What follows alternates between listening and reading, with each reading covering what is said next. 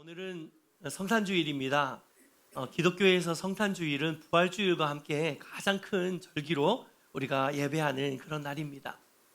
예수님께서 높고 높은 보좌의 영광을 다 포기하시고 이 땅 가운데 낮고 낮은 인간의 몸을 입고, 이것을 신학적으로는 성육신이라고 이야기를 하죠.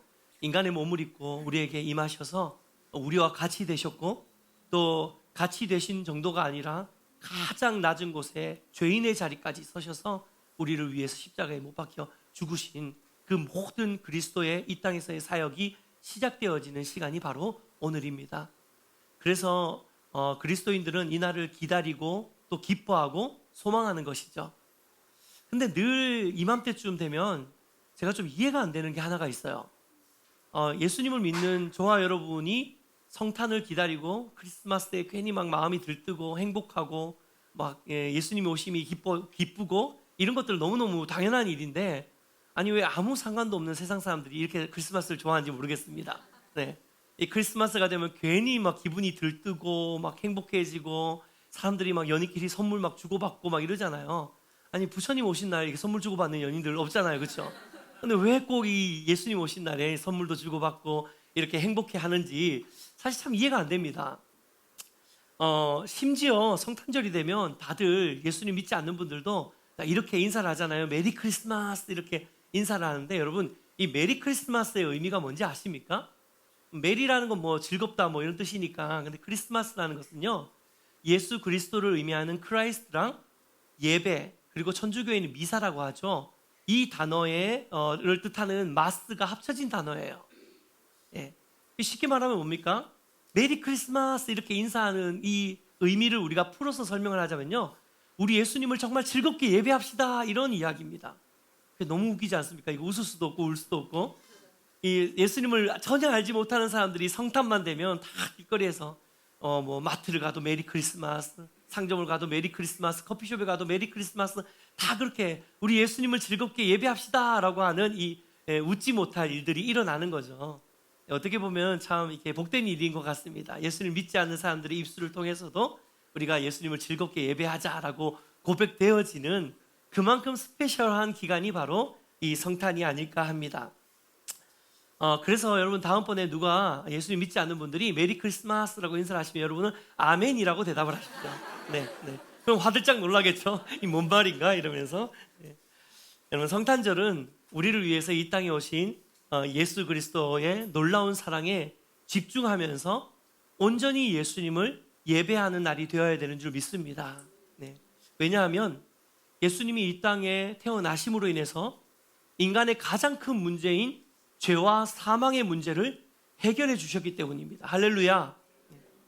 여러분 인간에게 있어서 죄의 문제라는요, 단순히 착하게 사냐 아니면 나쁘게 사냐 정도의 문제가 아닙니다. 성경을 보시면요, 우리의 죄가 결국은 우리의 사망을 낳았다라고 말씀을 하고 있습니다. 로마서 6장 23절 상반절 말씀 같이 읽어볼까요? 같이 읽겠습니다. 시작. 죄의 삭은 사망이요. 만일 인간이 죄를 짓지 않았다면 우리는 에덴 동산에서 육체의 죽음을 보지 않고 영원토록 살았을 것입니다. 이것을 어떻게 알 수 있냐면요, 창세기 3장을 보시면 창세기 3장의 마지막에 죄를 범한 아담과 하와를 하나님께서 에덴 동산에서 추방하시는 내용이 있어요. 근데 그 추방하시는 내용에 보면 하나님이 천군 천사들에게 어떤 이야기를 하시냐면, 얘네들이 이제 생명나무 열매를 따먹고 영생할까 하노니 빨리 추방해야 되겠다, 빨리 내쫓아야 되겠다, 생명나무 열매를 못 따먹게 라고 말씀하시는 장면이 창세기 3장 마지막 부분에 나옵니다. 여러분 무슨 뜻입니까? 에덴 동산에 선악을 알게 하는 나무도 있었지만 반대로 영원히 살 수 있는 영생하는 나무도 있었다는 뜻이에요. 영원히 생명을 갖게 하는 나무도 있었다는 것입니다. 그래서 아마 모르긴 몰라도 추측해 보건대, 만약에 아담과 하와가 하나님 말씀에 순종하면서 선악과의 나무 열매를 따먹지 않았다면 하나님께서 그 순종의 대가로 결국 영원히 살 수 있는, 영생할 수 있는 생명나무의 나무 열매를 우리에게 주셨을 것입니다. 그러면서 영원토록 에덴에서 함께 하나님과 정말 누리고 복된 삶을 살 수 있는 특권을 하나님이 우리에게 허락하셨다는 거죠. 그런데 우리가 죄로 인해서 그 놀라운 특권을 깨트려 버린 것이죠. 결국 무슨 말입니까? 여러분, 죄의 문제는요, 단순히 도덕과 윤리의 문제가 아니라 이것은 생명의 문제라는 것입니다. 아멘입니까? 그래서 예수님께서 죄로 인해서 잃어버린 그 영원한 생명을 회복시켜 주시기 위해서 높고 높은 보좌를 버리시고 이 땅 가운데 임하신 것이에요.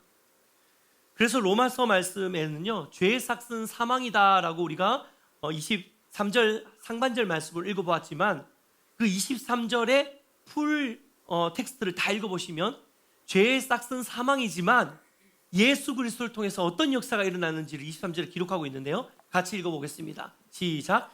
죄의 삭은 사망이요 하나님의 은사는 그리스도 예수 우리 주 안에 있는 영생이니라. 하나님의 은사는 그리스도 예수 우리 주 안에 있는 영생이니라. 할렐루야.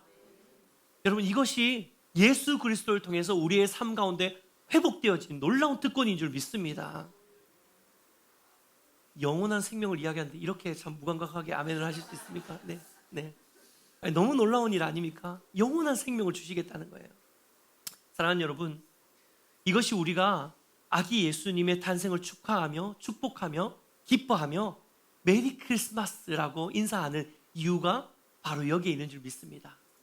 세상 사람들에게 크리스마스는 그냥 즐거운 연휴, 헐리데이에 불과할지 모르겠지만 우리에게는 생명을 얻게 된 시작점이라는 거예요. 그래서 우리가 정말 메리 크리스마스를 할 수 있는 것입니다. 세상 사람들이 인사하는 메리 크리스마스가 아니라 정말 의미 있는 메리 크리스마스. 마치 이런 것 같아요. 예수님이 예루살렘으로 입성을 하시면서 나귀를 타고 이제 고난받기 위해서 들어가셨잖아요. 그때 수많은 이스라엘 백성들이 다 종려나무 가지를 다 땅에 이렇게 깔면서 예수님이 예루살렘으로 들어오시는 것을 환영하면서 막 호산나 다윗의 자손이요 라고 막 찬양을 했잖아요. 근데 이거 굉장히 잘못된 찬양이죠. 예수님의 의미, 예수님이 입성하신 의미를 모르고 불렀던 찬양이에요. 호산나 다윗의 자손이요 라고 부르는 그들의 마음에는 예수님이 왕으로, 주권자로, 통치자로 로마의 정권을 없애시킬, 다 갈아엎고 새로운 유대 정권을 만들 왕으로 생각하고 호산나 다윗의 왕이요 라고 이렇게 찬양을 했지만 이해함 없이 드린 찬양이었어요. 마치 세상 사람들이 말하는 메리 크리스마스처럼. 근데 우리는 알죠. 우리가 오늘도 호산나라는 찬양을 했는데 우리가 말하는 이 호산나는 그 유대인들이 예루살렘에 입성했을 때 이스라엘 백성들이 불렀던 호산나랑은 완전히 다를 줄 믿습니다. 우린 예수님이 이 땅에 왜 태어나셨고 왜 십자가를 지시러 예루살렘으로 입성하셨는지 너무나도 잘 알고 있습니다. 저와 여러분의 생명을 위함인 줄 믿습니다. 그런 의미에서 우리 옆에 있는 분들과 이렇게 좀 인사합시다. 예수님을 즐겁게 예배합시다. 네. 아멘. 이게 바로 메리 크리스마스예요. 그런데요, 우리가 예수님을 예배하는 이유는 여기서 끝이 아니에요. 오늘 우리가 읽은 본문 말씀 이사야 말씀인데요. 이 이사야 말씀은 구약에 오실 메시아를 예언하고 있는 구약의 대표적인 구절 중에 하나입니다. 근데 오늘 이 이사야서 구약의 말씀이 오실 메시아에 대해서 예언하면서 오실 메시아가 어떤 분인지에 대해서 설명을 해주고 있는데요. 이 설명을 보시면 이래서 우리가 예수님을 또 예배해야 되는구나 라는 것을 아시게 될 겁니다. 이사야서 9장 6절 상반절 같이 읽겠습니다. 함께 읽겠습니다. 시작. 이는 한 아기가 우리에게 낳고 한 아들을 우리에게 주신 바 되었는데 그의 어깨에는 정사를 메었고. 여러분, 오실 한 아기 바로 예수님은 그의 어깨에 뭐를 메었다고 이야기를 하죠? 정사를 메었다라고 이야기합니다. 이 정사는 한자로 이 정치 혹은 행정적인 일을 뜻합니다. 히브리어로는요, 제가 적어놨는데 미스라라고 하는데 이 미스라가 무슨 뜻을 가지고 있냐면 정부의 권세를 뜻을 가지고 있습니다. 정부가 가지고 있는 권세, 쉽게 말해서 왕의 권세, 통치자의 권세, 그리고 주권, 통치권 이런 의미들을 포함하고 있는 단어가 바로 미스라라는 단어예요. 그런데 이사야 선지자는 오실 메시아가 바로 이 미스라를 어깨에 메고 있는 분이다라고 설명을 하고 있어요. 그러니까 예수님은 주권과 통치권을 가지고 이 땅 가운데 오셔서 이 땅의 역사를 주관하시는 분이시고 뿐만 아니라 저와 여러분의 인생의 모든 일들을 도모하시고 주관하시고 이끌어 가시는 주관자라는 것입니다. 할렐루야. 그러니까 예수님이 단순히 이 땅에 우리의 죄의 문제만을 위해서 구원자로 오신 게 아니라는 겁니다. 우리의 죄의 문제만 해결해 주시고 끝난 게 아니라 예수님의 사역은 지금까지도 계속해서 역사의 주관자로, 또 저와 여러분의 삶의 자리에서 지금도 예수님께서 미스라를 가지고 그의 어깨에 정사를 가지고 우리 삶의 모든 영역들을 다스리시고 통치하시는 분이라는 사실을 믿으시기를 축복합니다. 이래서 우리가 예수님을 예배해야 되는 거예요. 지금도 예배해야 되는 거예요.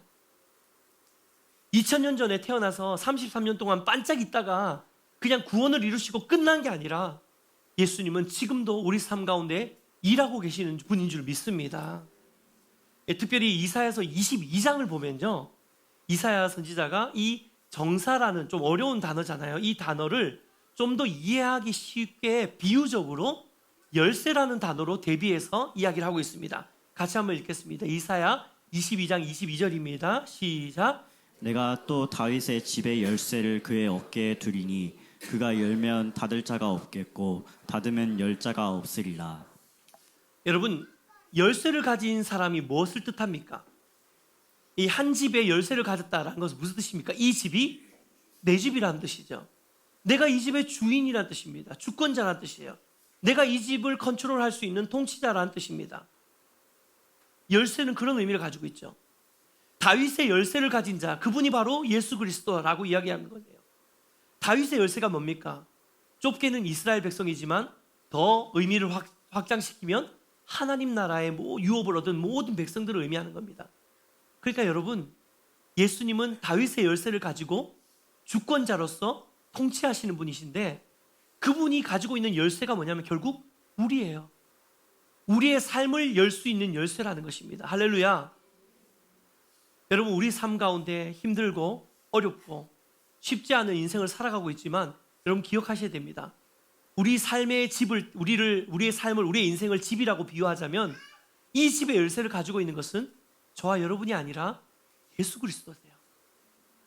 예수님이 여러분의 인생에 막혀있는 문을 열 수 있는 열쇠를 가지고 계십니다. 믿으십니까? 예수님이 여러분의 인생 가운데 해결해야 되는 것들, 한 걸음 한 걸음 나아갈 때 막혀있는 모든 문들, 또 열려야 되는 영역들, 혹은 여러분에게 열리지 말아야 하는 문들까지도 다 컨트롤하고 계시는 분이 누구라고요? 예수님이라는 것입니다. 할렐루야. 우리 인생의 열쇠를 가지신 분, 다윗의 열쇠를 가지고 지금도 그분의 정사로 우리의 삶의 모든 영역들을 이끌어 가시는 분, 이분이 바로 예수님이라고 이사야 선지자는 이야기하고 있는 것입니다. 그런데요, 오늘 말씀을 묵상하면서 저는 정말 은혜가 되는 부분이 있더라고요. 이사야서 9장 6절 하반절 말씀을 보면 이어서 우리 인생의 열쇠를 갖고 계신 예수님이 우리에게 어떤 존재인지 어떤 분이신지를 설명해 주는 그런 구절이 이어집니다. 함께 읽겠습니다. 6절 하반절입니다. 시작. 그의 이름은 기묘자라 모사라 전능하신 하나님이라 영존하시는 아버지라 평강의 왕이라 할 것임이라. 그의 이름은 기묘자라 모사라, 전능하신 하나님이고 영원히 존재하는 아버지시고 평강의 왕이라고 불리는 분이라고 예수님에 대해서 부연적으로 설명을 해주고 있어요. 여러분, 이게 무슨 뜻입니까? 기묘자라는 것은 왜 기묘하다 뭐 이런 잘 쓰지는 않는 말이지만 의미는 아시잖아요. 야, 이거 내가 생각했던 것보다 완전 상상 이상인데? 너무 놀라운데, 너무 신기한데? 이런 의미가 바로 기묘예요. 모사라는 말은요, 이 조금 어려운 단어지만 쉽게 말하면 책략가. 마치 그 삼국지에 보면은 그 유비 옆에 있는 그 모략가 있죠. 모사자, 제갈공명. 그런 사람처럼 아주 지혜 있는 자를 의미합니다. 영어로는 이 카운슬러로 번역을 하고 있어요. 상담가라고 이야기를 하고 있어요. 그러니까 이 영어 성경을 보면요, 기묘자, 모사를 두 개가 하나의 세트로 이야기를 하고 있습니다. 따로 구분되는 게 아니라 아주 기묘한, 아주 놀라운 모사자가 예수님이다라고 설명을 하고 있는데요. 영어 성경에는 이렇게 이야기합니다. Wonderful Counselor. Wonderful Counselor. 무슨 말입니까?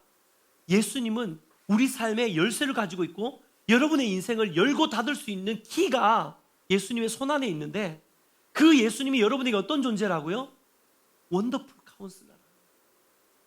놀라운 상담자라는 것입니다. 할렐루야. 막 가슴 떨리지 않습니까? 내가 힘들 때, 어려울 때, 지칠 때, 낭망될 때, 삶의 문제 앞에서 어떻게 해야 될지 내가 모를 때, 그때 우리가 예수님을 붙들면 되는 거예요. 그러면 우리의 생각과 우리의 판단과 내가 계획하는 것과 사원을 넘어선 정말 기묘한 상담으로 우리를 상담해 주시는 그분이 바로 우리 예수님이라는 거예요. 또 예수님은 어떤 분이라고 합니까? 전능한 하나님, 영존하신 아버지. 무슨 말이에요? 예수님이 이 땅에 태어나셨을 때는 아기 예수님, 육신의 모습으로 태어났지만 사실 그분이 누구라고요? 하나님이라는 거예요. 완전한 인간의 모습을 입고 인성을 가지고 태어났지만 그분 완전한 신성을 동시에 가지신 분, 이분이 바로 예수님이라는 겁니다. 저는 이것도 너무 위로가 되더라고요. 막 저만 위로받는 그런 느낌인데 여러분 위로 좀 받으십시오. 여러분 완전한 인성과 완전한 신성을 동시에 갖고 있다는 것은 신학적인 개념만이 아니에요. 이거 막 인성, 신성 이런 막 복잡하다 이런 생각하는데 그게 아닙니다.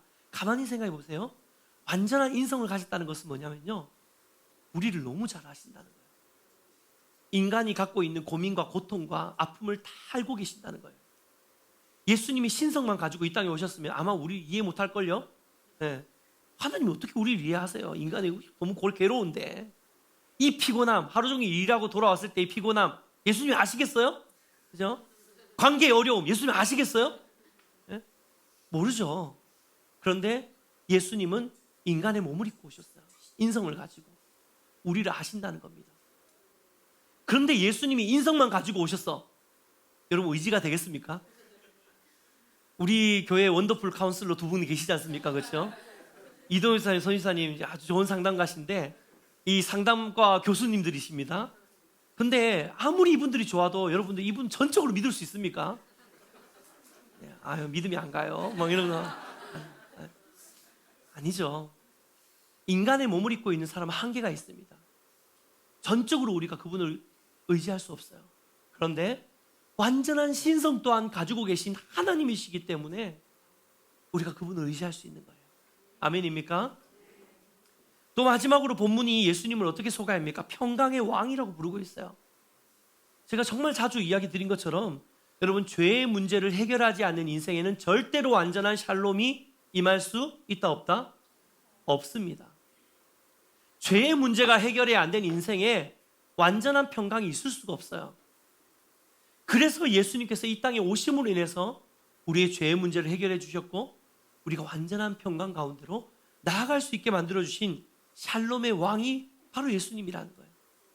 그래서 누가복음 2장 14절에는 이렇게 이야기합니다. 함께 읽겠습니다. 시작. 지극히 높은 곳에서는 하나님께 영광이요 땅에서는 하나님이 기뻐하신 사람들 중에 평화로다 하니라. 아멘. 사랑하는 여러분, 이 예수님이 바로 저와 여러분의 구원자 되시고 그리고 지금도 우리의 삶을 어깨에 정사를 메시고 우리의 삶의 열쇠 키를 가지시고 우리를 다스리시고 통치하시고 주관하시는 우리 삶의 주권자이심을 여러분 믿으시길 축복합니다. 우리가 성탄을 기뻐하며 이 땅에 오신 예수님께 찬양과 경배를 올려드리는 이유는 예수님이 이 땅에 오셨다는 사실 하나만이 아니라 그분이 지금도 우리 인생 가운데 친히 임재하시고 놀라운 상담가로 능력의 주님으로 참된 샬롬을 회복시키는 샬롬의 왕으로 지금도 우리와 함께 동행하시고 우리 삶 가운데 임재하시고 저와 여러분의 인생을 다스리고 계시기 때문에 우리가 메리 크리스마스라고 인사하는 거예요. 우리가 하나님 예배합시다. 예수님을 예배합시다. 라고 고백할 수 있는 것입니다. 말씀을 맺겠습니다. 얼마 전에 우연히 검색을 하다가 제가 사진 한 장을 좀 보게 되었는데요. 이 사진입니다. 아마 보신 분도 계실 거예요. 이 사진이 뭐냐면요. 여기는 지금 어디냐면 예수님이 탄생하신 베들레헴의 예수 탄생 기념교회 안입니다. 보통 이 시즌이 되면 전 세계에서 가장 복작복작한 동네가 어딜까요? 베들레헴이겠죠. 네, 저도 베들레헴에 가봤고 저 교회 가봤거든요. 네, 가봤습니다. 저는. 네. 저기 밑으로 이제 지하 계단이 연결되면 계단으로 내려가면 예수님의 말구유가 있었던 곳이라고 추정되는, 여러분 성지순례는 별거 없습니다. 가보면 확실한 장소가 하나도 없어요. 네, 다 추정되는 곳입니다. 네. 그 추정되는 곳에 말구유 위에 교회를 세운 곳이 예수 탄생 기념교회 베들레헴에 있습니다. 해마다 이때쯤 되면 전 세계 각지에서 다 저곳으로 모여들고 또 교황도 이쪽으로 와서 미사를 집례를 하죠. 그런데 이 사진은 불과 며칠 전 예수 탄생 기념교회 베들레헴에 있는 기념교회의 내부의 모습입니다. 아시다시피 지금 이스라엘과 팔레스타인 무장정파 하마스 간의 그 전쟁이 아주 치열해지고 이로 인해서 팔레스타인 가자 지구의 사망자 수가 1만 7천 명을 넘어섰다고 합니다. 집계된 숫자만 그만큼이고 사실 폐허가 된 건물에 묻혀 있고 아직 발견되지 않는 실종자 수는 훨씬 더 많다고 합니다. 이런 상황 속에서 이 베들레헴은 사실 가자 지구가 아니고 서안 지구거든요. 옆 동네입니다. 다른 동네긴 하지만 실제로 뭐 폭격을 당했거나 이런 피해를 입지는 않았지만 민족의 아픔 가운데 동포들의 아픔에 같이 공감하면서 이번 성탄에는 트리도 하지 않고 아주 조용한 성탄으로 보내기로 결정했다라는 그런 그 뉴스의 내용의 사진이었습니다. 저 무너진 벽돌을 상징하는 그 사이에 아기 예수님을 놓아놨어요. 참 찡하더라고요. 저 사진을 보는데. 사랑하는 여러분, 예수님이 이 땅에 오신 지 2000년이 지났지만 아직까지 예수님이 탄생하신 이스라엘 땅조차도 완전한 평화를 회복하지 못한 상태로 지금까지도 지내오고 있습니다. 뿐만 아니라 여러분, 우리 주변을 돌아보면 여전히 예수 그리스도의 구원의 은혜와 또 그리스도의 다스림이 필요한 영적들이 아직까지도 얼마나 많습니까? 어쩌면 멀리 볼 것도 없이 여러분, 우리 자신의 삶을 한번 돌아보십시오. 우리가 예수님이 우리를 구원하셨다는 걸 알고 있음에도 불구하고 지금 여러분의 삶에는 예수 그리스도의 정사, 그분의 다스림과 통치가 여러분의 삶을 다스리고 계십니까? 내가 주인되어 살아가고 있지는 않습니까? 여러분, 내가 생각지도 못한 방향으로 나를 인도해 주시는 놀라운 상담자 되시는 예수님을 날마다 경험하고 계십니까? 전능하신 하나님 아버지의 그 역사를 우리 인생을 통해서 누리고 계십니까? 인생의 문제 앞에 두려워 떨 때 참된 평강으로 우리를 회복시키시는 하나님의 만지심을 여러분 경험해 보셨습니까? 어쩌면 우리는 예수님이 오신 지 2000년이 지났지만 지금까지도 여전히 예수님의 완전한 다스림과 또 샬롬 안으로 온전히 들어가지 못하면서 살아가고 있는 모습들이 우리 삶에 너무나도 많아요. 너무나도 빈번합니다. 그런 상황들이. 하지만 여러분, 그럼에도 불구하고 우리가 오늘 이 성탄 주일을 맞아서 우리가 입술로 고백해야 되는 사실은 뭐냐면, 그럼에도 불구하고 예수님은 나의 소망이십니다. 그럼에도 불구하고 예수님은 이 땅의 소망이십니다. 아멘. 여러분, 오늘 본문 7절 말씀의 마지막은 이렇게 마무리합니다. 마지막으로 같이 한번 읽을까요? 시작. 그 정사와 평강의 더함이 무궁하며 또 다윗의 왕자와 그의 나라에 군림하여 그 나라를 굳게 세우고 지금 이후로 영원히 정의와 공의로 그것을 보존하실 것이라. 만군의 여호와의 열심히 이를 이루시리라. 그 정사, 그 다스림과 그 평강, 그 샬롬의 더함이 날마다 무궁하게 우리 가운데 부어질 것인데, 이게 왜 가능하냐고요? 마지막에 뭐라 그럽니까? 만군의 여호와의 열심히 이를 이루시리라. 할렐루야. 사랑하는 여러분, 우리를 위해 이 땅에 오신 예수님은요, 2000년 전에 33년 반짝 살면서 우리를 구원을 만들어 주신 다음에 보장해 주시고 사역을 끝내신 분이 아니라 지금도 역사하시고 다스리시고 통치하시는데, 지금뿐만 아니라 언제까지요? 영원토록 그분의 열심히 우리를 이끌어 가시고 우리를 다스리시고 우리에게 구원의 은혜를 베풀어 주실 것이라고 오늘 말씀은 약속하고 있는 것입니다. 그 일을 쉬지 않으시는 분, 그 일을 쉬지 않으시는 예수 그리스도, 그분이 오늘 우리를 위해서 이 땅에 오신 것입니다. 기도하고 축복하는 것은 복된 성탄을 맞아서 정말 저와 여러분의 삶 속에 예수 그리스도의 정사와 평강이 날마다 더함을 힘입어서 매일 매순간 우리가 메리 크리스마스, 이 시즌만 메리 크리스마스가 아니잖아요. 매일 매순간이 우리에게는 메리 크리스마스라고 인사할 수 있는 하루하루의 삶이 되시기를 주님의 이름으로 축복해 드립니다.